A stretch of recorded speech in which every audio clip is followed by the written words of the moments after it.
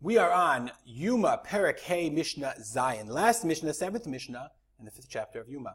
So Mishnah says that everything we learned until now, everything that we've done until now, okay, has to be done in order. So that's what the Mishnah says. Kol ma'aseh Yoma Kippurim ma'amur al haseder.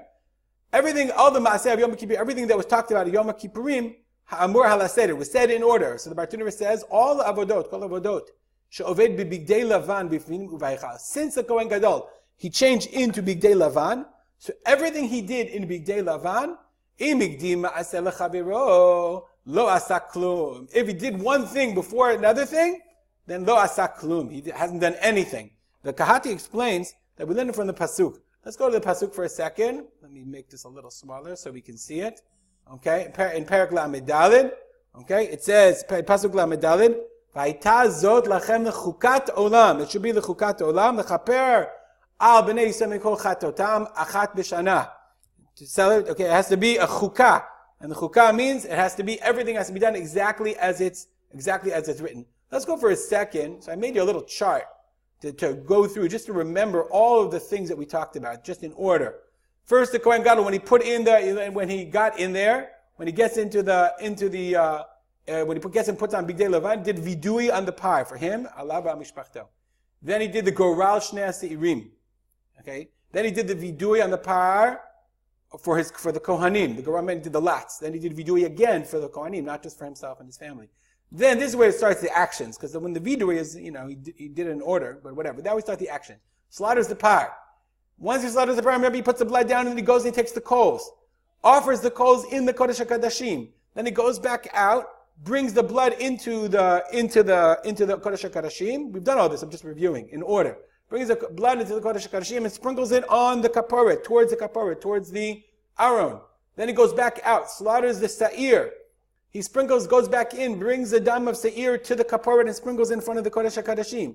Goes back, switches, takes the blood of the par and does it outside, facing the kaporet.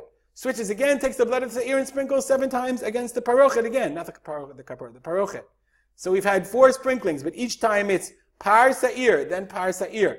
Mixes the blood, sprinkles on the karnot HaMizbeach Zahav, on the corners, sprinkles on the center of the Mizbeach Zahav, and then pours out the blood into the Yesod HaMizbeach. So all those things the Mishnah says has to be in order. Therefore, Higdim Dam HaSe'ir LeDam HaPar. So what happens if he accidentally brought the Dam HaSe'ir before the Dam HaPar? Then he has to be Yachzor v'yazeh midam HaSe'ir la'achar Dam HaPar. So we look at the first one as if it didn't happen. Then he did Dam Par. He did the Dam Par second. Now he has to do Dam Sa'ir afterwards, because it has to be Par Sa'ir.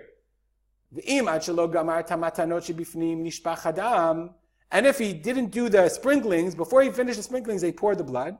He has to go slaughter again and do the sprinklings again, bifnim, inside. And it says that meaning the whole thing, if he poured the blood out before, that whole section is not good, and he start again. The same thing is true if he starts sprinkling and then he pours the blood out. The same is true if he started sprinkling but didn't finish and pours the blood out.